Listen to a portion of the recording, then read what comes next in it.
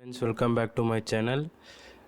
எல்லோரும் வந்து பார்த்திங்கன்னா லாஸ்ட்டாக ஒரு 1.5 வீக்ஸாக வந்து பட்ஜெட்டை பற்றின நியூஸை தான் பேசிகிட்டு இருக்காங்க எங்கே பார்த்தாலும். அதில் முக்கியமாக இந்த டேக்ஸுன்னு ரொம்ப பேசிகிட்டு இருக்காங்க. ஏன்னா நம்மளோட சுமை வந்து ரொம்ப அதிகமாகுது டேக்ஸேஷனில்.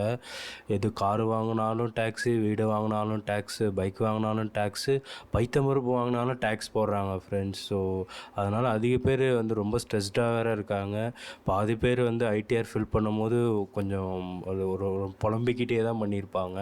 ஏன்னா இந்தியாவில் இப்போ அப்படி டேக்ஸேஷன் போய்ட்டுருக்கு. இப்போ வந்து அது வந்து பார்த்திங்கன்னா இன்வெஸ்டர்கிட்ட கூட விடலை.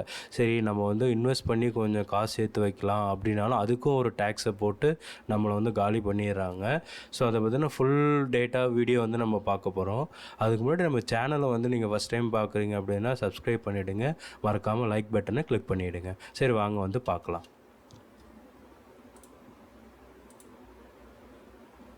ஸோ இந்த வீடியோவில் வந்து பார்த்திங்கன்னா டேக்ஸேஷன் வந்து என்ன சேஞ்ச் ஆகிருக்கு, அது எங்கெங்கெல்லாம் இம்பேக்ட் ஆகுது அப்படின்னு வந்து நம்ம ஃபுல்லாகவே வந்து பார்க்கலாம் ஃப்ரெண்ட்ஸ். ஸோ இதுதான் வந்து பார்த்திங்க அப்படின்னா இன்வெஸ்டர்ஸ்க்கு உண்டான ஸ்லாப் சேஞ்சஸ் வந்து இருக்குது. இப்போ நம்ம வந்து listed stocks and equity, mutual fund, அப்புறம் எக்ஸ்சேஞ்ச் ட்ரேடட் ஃபண்ட்ஸ்லாம் வந்து நம்ம இன்வெஸ்ட் பண்ணியிருந்தோம் அப்படின்னா ப்ரீவியஸாக 15% இருந்தது. அதாவது 1,00,000 மேலே வந்து இருந்தது அப்படின்னா லாங் டைமுக்கு வந்து 10%, ஷார்ட் டைமுக்கு 15%.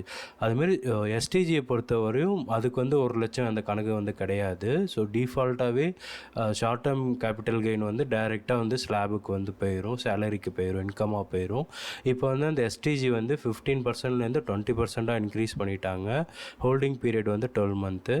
அதுக்கப்புறம் ஏர்லியராக வந்து லாங் டேர்ம் கேபிட்டல் கெயின் 10% இருந்தது. அதாவது 1,00,000 வரையும் நீங்கள் இருந்தீங்க அப்படின்னா உங்களுக்கு எந்த டேக்ஸும் கிடையாது. 1,00,000 மேலே நீங்கள் சம்பாதிச்சிங்கன்னா 10% வந்து டேக்ஸ் போடுவாங்க. இப்போ வந்து அது 12.50% மாற்றிட்டாங்க.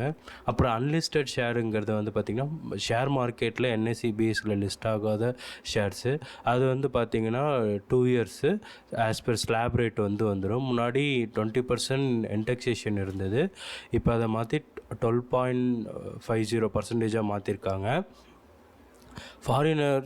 ஃபாரின் ஷேர்ஸும் அப்படி தான். இப்போ நாஸ்டாக் இதிலலாம் இன்வெஸ்ட் பண்ணியிருந்தீங்கன்னா அதில் முன்னாடி வந்து அகைன் 20% இன்டெக்ஸேஷன் இருந்தது. இப்போ வந்து 12.50% மாற்றிருக்காங்க.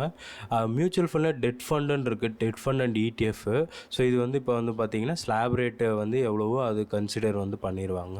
அடுத்து லிஸ்டட் பாண்ட்ஸ் வந்து முன்னாடி 10% இருந்தது, இப்போ 12.50% வந்து மாற்றிருக்காங்க. இப்போ லிஸ்டட் பாண்டை பொறுத்தவரையும் 10,000 வரையும் லிமிட்டு, 10,000 வரையும் நம்ம இது பண்ணிக்கலாம், டேக்ஸ் கட்ட தேவையில்ல. அதுக்கு மேலேனா கண்டிப்பாக டேக்ஸ் கட்டணும். அதுக்கப்புறம் ரீட் அண்ட் இன்விட் வந்து பார்த்திங்கன்னா இந்த பவர் கிரிட் இன்வெர்ட் இருக்குல்ல, ஸோ இதிலலாம் வந்து முன்னாடி பண்ணியிருந்தோம் அப்படின்னா 15% இருந்தது, இப்போ வந்து 20 மாற்றிட்டாங்க ஷார்ட் டேர்ம். லாங் டேர்முக்கு 10 இருந்தது, இப்போ 12.50 மாற்றிட்டாங்க.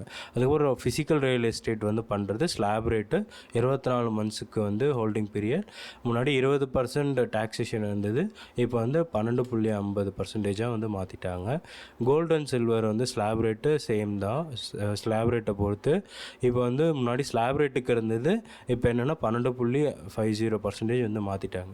ஃபிசிக்கல் கோல்டுக்கும் அதே தான், ஸ்லாப் ரேட்டு 20% இன்டெக்ஸேஷன் இருந்தது, இப்போ வந்து 12.50% வந்து மாற்றிட்டாங்க ஃப்ரெண்ட்ஸ்.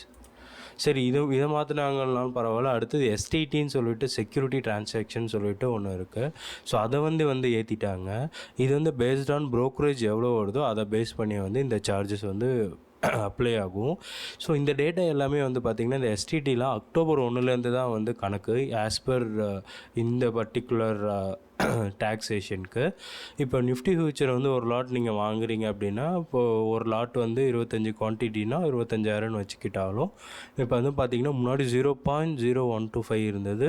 ஸோ வந்து பார்த்திங்க அப்படின்னா ஒரு 78 ரூபா தான் வரும் ஒரு ரவுண்டாக, ஓகேங்களா. இப்போ வந்து 0.02 போட்டதுனால என்ன ஆச்சு அப்படின்னா 125 ரூபா கட்டணுங்க. ஒரு இடத்துல 80 ரூபா கட்டின இடத்துல இப்போ 125 ரூபா கட்டுற மாதிரி இருக்குது. ஸோ இதுதான் ஒரு பெரிய தலைவலியாக இருக்குது நம்ம இன்வெஸ்டர் எல்லாத்துக்குமே. அதுக்கப்புறம் ஆப்ஷனில் வந்து பார்த்தோம் அப்படின்னா முன்னாடி 0.0625 இருந்தது. அதாவது நீங்கள் ஒரு நிஃப்டி ஒரு லாட் வாங்குறீங்க அப்படின்னா 16 ரூபா STT வந்து பே பண்ணுற மாதிரி இருக்கும். இப்போ வந்து அந்த 16 ரூபாவே ஆக்சுவலாக அதிகம்தான். இப்போ வந்து 0.1 மாற்றினால என்ன ஆச்சு அப்படின்னா 25 பே பண்ணுற மாதிரி இருக்குது. ஸோ எல்லாம் என்ன பண்ண போகிறாங்க அப்படின்னு தெரியல. இது எல்லாத்துக்குமே ஒரு சொல்யூஷன் என்னென்னா லாங் டேர்ம் போகிறது மட்டும்தான். நம்ம ஷார்ட் டேர்மில் வாங்கி வாங்கி விற்றோன்னா டாக்ஸேஷனுக்கே நம்மளுக்கு அதிகமாக போயிடும். லாங் டேர்ம் இன்வெஸ்ட் பண்ணோம் அப்படின்னா இயர்லி 1 lakhs நம்ம வந்து ப்ராஃபிட் புக் பண்ணோன்னா டேக்ஸே பெருசாக கிடையாது. ஈவன் அதை கூட இன்க்ரீஸ் பண்ணிட்டாங்க 1.25%.